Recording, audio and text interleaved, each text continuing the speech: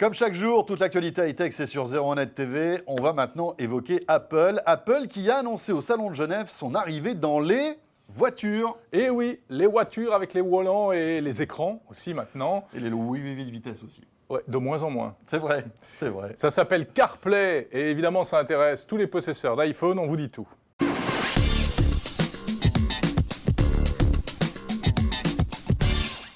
Alors l'idée, elle est simple, hein, c'est le fait d'intégrer iOS dans la voiture, vous savez, dans l'écran principal qu'on retrouve sur le tableau de bord, et avoir les mêmes informations sur votre iPhone que sur cet écran. Et oui, c'est un petit peu le prolongement du smartphone sur l'écran de la voiture, parce qu'aujourd'hui, d'une part, le smartphone, on en a besoin aussi en voiture, même s'il ne faut pas l'utiliser en conduisant.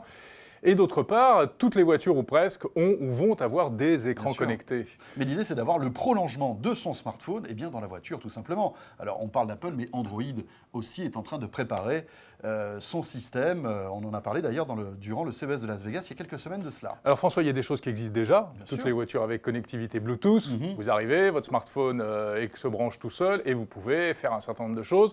Tiens, regarde ce que je peux faire moi avec ma petite voiture. Appelle François Sorel.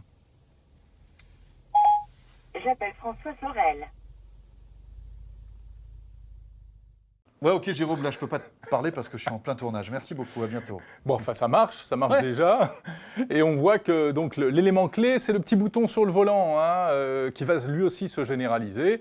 Et donc, avec CarPlay, on pourra déclencher Siri, donc la commande vocale de l'iPhone, pour faire plein de choses. Voilà, et beaucoup d'autres choses. On voit ça justement avec Pierre Fontaine. CarPlay, c'est l'intégration de l'iPhone dans la voiture compatible avec la techno. Donc, en gros, ça permet de répondre à des SMS qu'on reçoit, à des notifications qu'on reçoit ou éventuellement à des mails qu'on reçoit. Alors évidemment, quand on est au volant, on ne va pas s'amuser à taper sur l'écran tactile du tableau de bord électronique de la voiture. Alors, la solution d'Apple, c'est évidemment Siri, l'assistant personnel vocal. Donc en fait, on appuiera sur un bouton qui sera au volant ou qui sera à côté de l'allume-cigare, donc il ne faudra pas se tromper. Mais voilà, qui sera a priori plutôt au volant et on dictera une réponse à un mail, on demandera à déplacer un rendez-vous ou par exemple, on pourra aussi lancer la lecture de la musique qui est présente sur son iPhone pour écouter la musique en roulant. Il va y avoir une mise à jour d'iOS 7 pour pouvoir en bénéficier. On sait que Siri est mise en jour en permanence parce qu'il se trouve côté serveur, donc les serveurs qui sont du côté d'Apple. Donc il y aura peut-être une amélioration pour plus de reconnaissance vocale, une meilleure reconnaissance dans un environnement un peu bruyant, parce que les habitacles de voiture peuvent être plus bruyants qu'un bureau ou qu'une pièce calme.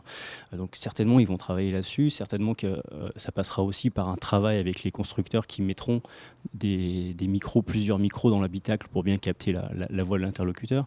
Donc là, oui, forcément, il va y avoir un travail là-dessus, ne serait-ce que pour que ça soit fonctionnel, parce que si on est obligé de s'arrêter pour communiquer avec CarPlay, c'est absolument inintéressant. Il y aura peut-être d'autres applications. On sait qu'en application tierce annoncée officiellement pour Apple, pour l'instant, il y a Spotify, qu'on connaît bien, qui est un service de streaming musical, et aussi un autre programme qu'on connaît peut-être un peu moins bien en France, c'est iHeartRadio. C'est un service de web radio auquel on souscrit. On peut donc écouter sa musique en ligne. Voilà. Donc pour l'instant, c'est les deux applications tierces non Apple qui sont annoncées par Apple. Voilà, c'est donc un monde nouveau de possibilités qui s'ouvre aux possesseurs d'iPhone.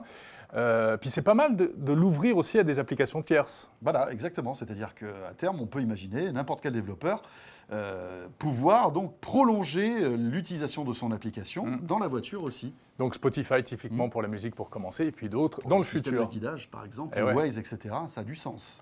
Ouais, sauf qu'Apple ayant son propre système de navigation, c'est pas sûr qu'il le fasse entrer facilement.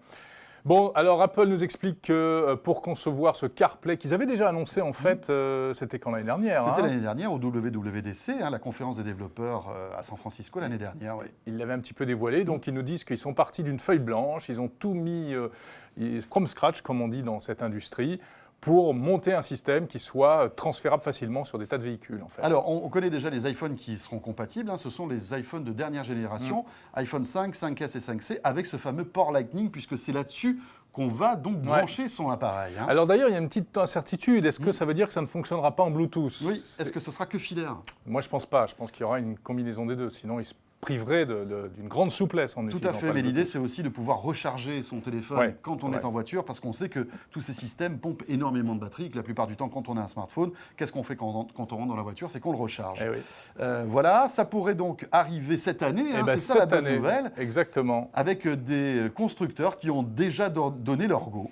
Alors les premiers, eh bien, alors ça François, ça va te rassurer, Ouais. parce que tu te demandais si tu pourrais en profiter. Donc Ferrari, Ah, bah, très bien. voilà, donc c'est bon pour toi. Testarossa pourrait être compatible Exactement. avec iOS 7, c'est cool. Pour commencer, ce sera Ferrari, Mercedes et Volvo, donc effectivement le haut de gamme, mais après, ça va se généraliser sur des tas de marques qu'ils ont signé quasiment avec tout le monde, j'ai Et l'impression. même avec les Français, hein, par exemple Peugeot a signé un accord avec Apple pour intégrer ce système.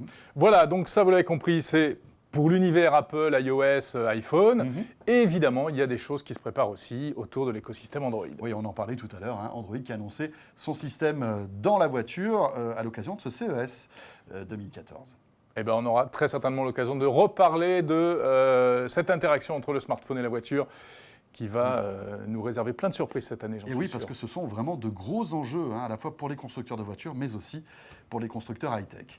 01net TV, l'actu high-tech, vous le savez, c'est tous les jours, on se retrouve demain. Salut à tous.